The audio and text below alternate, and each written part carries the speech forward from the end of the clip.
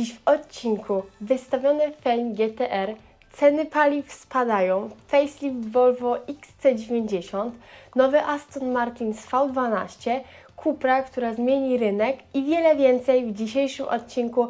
Zapraszam do oglądania. Dobre wiadomości dla kierowców. Obniżki cen na stacjach paliw wciąż trwają. Jeszcze niedawno wzrosty cen paliw były powodem do zmartwień.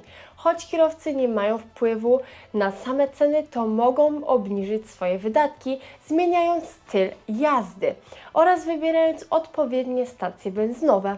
W miastach warto tankować przy supermarketach, gdzie ceny są zwykle niższe, choć może to oznaczać dłuższe oczekiwanie w kolejce. Na trasach szybkiego ruchu znajdziemy duże stacje z szerokim zakresem usług, ale za wygodę przyjdzie nam zapłacić więcej. Warto zjechać z głównej drogi, by znaleźć tańsze paliwo w mniej popularnych miejscach. Eksperci z epatrol.pl przewidują dalszy spadek cen paliw. Oto najnowsze prognozy. Benzyna 9,5 od 5,98 za litr, benzyna 9,8 od 6,84, olej napędowy od 6,12 i gaz od 2,75. Jeśli nie nastąpią żadne niespodziewane zmiany, ceny paliw mogą spaść nawet o 10 groszy na litrze. Coraz więcej stacji będzie oferować benzynę poniżej 6 zł za litr.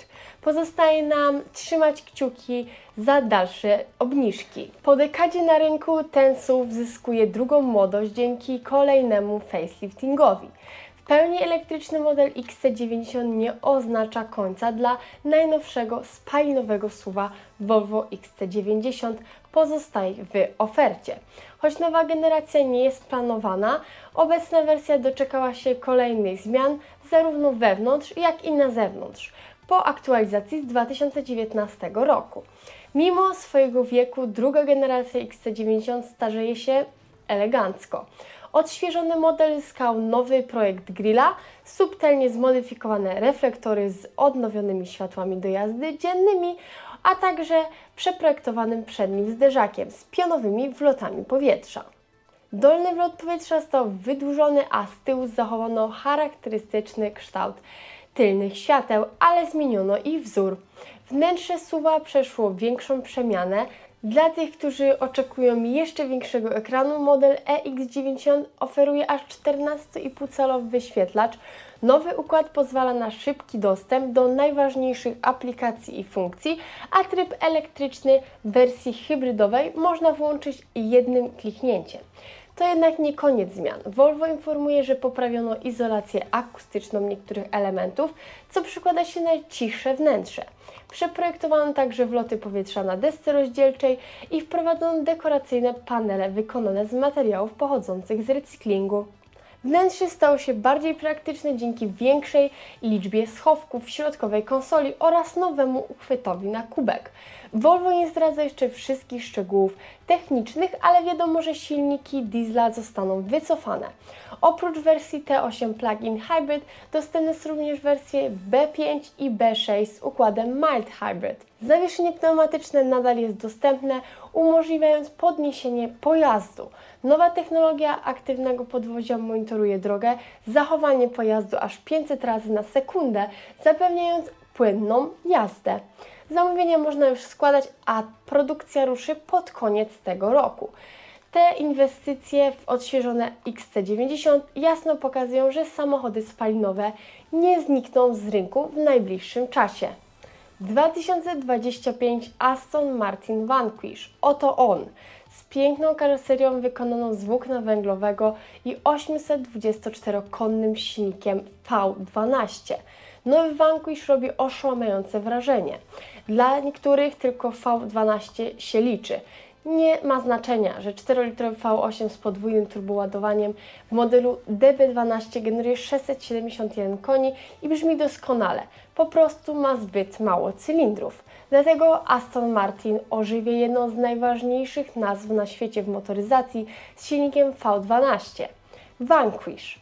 Po 6 latach nieobecności i nieudanej próbie stworzenia super samochodu z silnikiem centralnym, Aston Martin Vanquish powraca do swoich korzeni. To bezkompromisowy, duży, potężny, luksusowy samochód typu GT, wyposażony w 5,2-litrowy silnik V12 z podwójnym turbodoładowaniem, który generuje, uwaga, aż 824 konie mechaniczne i osiąga prędkość maksymalną 344 km na godzinę. Aston Martin planuje produkcję nie więcej niż 1000 sztuk rocznie, a cena podstawowej wynosi $420,000.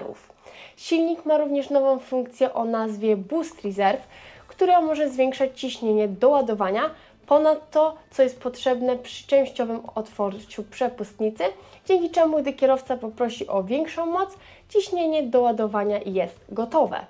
Wnętrze Vanquisha przypomina inne obecne modele Aston Martin z nową konsolą środkową wypełnioną fizycznymi przyciskami i dedykowanym systemem multimedialnym. Jedną z głównych krytyk starszych modeli Astona były ich przeciętne wnętrza, ale kabina Vanquisha wydaje się zupełnie inna. Fernando Alonso jechał swoim Aston Martin Valkyrie, zanim miał incydent przed tłumem. Fernando Alonso był jednym z pierwszych klientów Valkyrie i jest to samochód przypominający bolid Formuły 1 z systemem KERS w stylu F1. Alonso jechał, kiedy wydarzyło się coś niespodziewanego. Samochód się zepsuł, a 43-letni gwiazdor Formuły 1 musiał poprosić zespół Aston Martin o pomoc. Niestety nic, co zrobili, nie zadziałało, więc wezwali lawetę, które odholowało auto. Alonso ściga się dla zespołu Aston Martin F1 od początku sezonu 2023. Jedną z korzyści jest to, że miał wczesny dostęp do jednego z pierwszych egzemplarzy Valkyrie, który opuścił fabrykę. Aston Martin jeszcze nie wydał oświadczenia dotyczącego awarii, ale biorąc pod uwagę, jak szybko to rozeszło się w mediach społecznościowych, prawdopodobnie wkrótce to zrobi. Budda. Myślę, że w świecie motoryzacyjnym nie trzeba go przedstawiać. W jednej ze swoich znanych loterii do wygrania był mocno stylingowany Nissan GT-R. Przykładem jest na przykład wydech od MG Motors, mapy, na których może mieć nawet 760 koni, tylny spoiler karbonowy i lepsze układy dolotowe. Auto zostało, słuchajcie, wystawione na sprzedaż za cenę 1 150 000 złotych z przebiegiem niecałych 10 000. Średnia cena tego auta wynosi około 500 000 złotych, ale nie są one tak zmodyfikowane i z tak małym przebiegiem. Jak myślicie, jak szybko się sprzeda? Dajcie znać w komentarzu, obstawiamy. Na horyzoncie pojawiła się nowa Cupra Terramar. Nazwa tego modelu nawiązuje do legendarnego hiszpańskiego toru wyścigowego, gdzie narodziła się marka Cupra. A sam SUV mierzy w najbardziej konkurencyjny segment rynku i dobrze, bo nowa Cupra Terramar wygląda jak samochód, który nie boi się walki. Ten hiszpański SUV jest gotów zdobyć spory kawałek tortu, który dotychczas dzieliły takie modele jak Nissan Qashqai, Hyundai Tucson, Skoda Karoq, Kia Sportage i Audi Q3. Podążając za morskim porównaniem, Cupra opisuje Terramara jako mocnego drapieżnika o rekinim nosie. Przód samochodu z wyraźnie sportową linią grilla od razu zdradza jego dynamiczne ambicje. To jak rekin w sportowym stroju. Z tyłu sytuacja wygląda równie bojowo. Sportowa sylwetka SUV-a kończy się agresywnym dyfuzorem, który podkreśla jego zadziorny charakter. Wygląda świetnie, jak przystało na Cuprę. A co pod maską? Różnorodność jest spora. Na start mamy 148-konnego z 1,5-litrowym silnikiem TSI i automatyczną skrzynią DSG.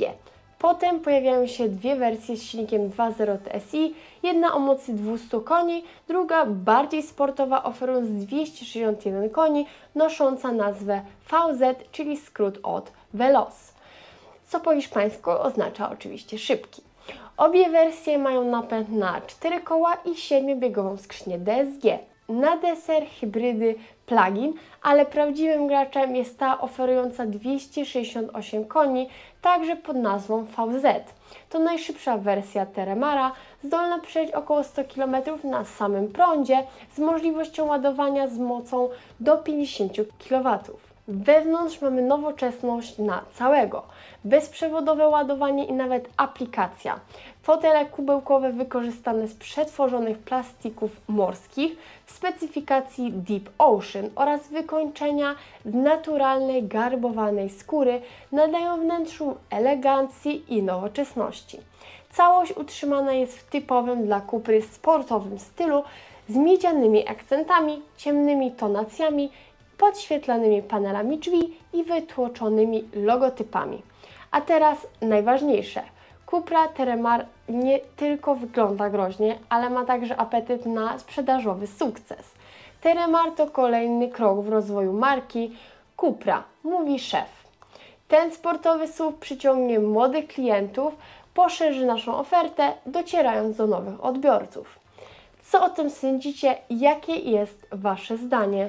Dziękuję bardzo za oglądanie tego odcinka. Jeśli jeszcze nie subskrybujecie Motonewsów, to zapraszam do subskrypcji i lajkowania. Wbijamy 70 000, aby odbył się kolejny konkurs i do zobaczenia we wtorek o 18:00.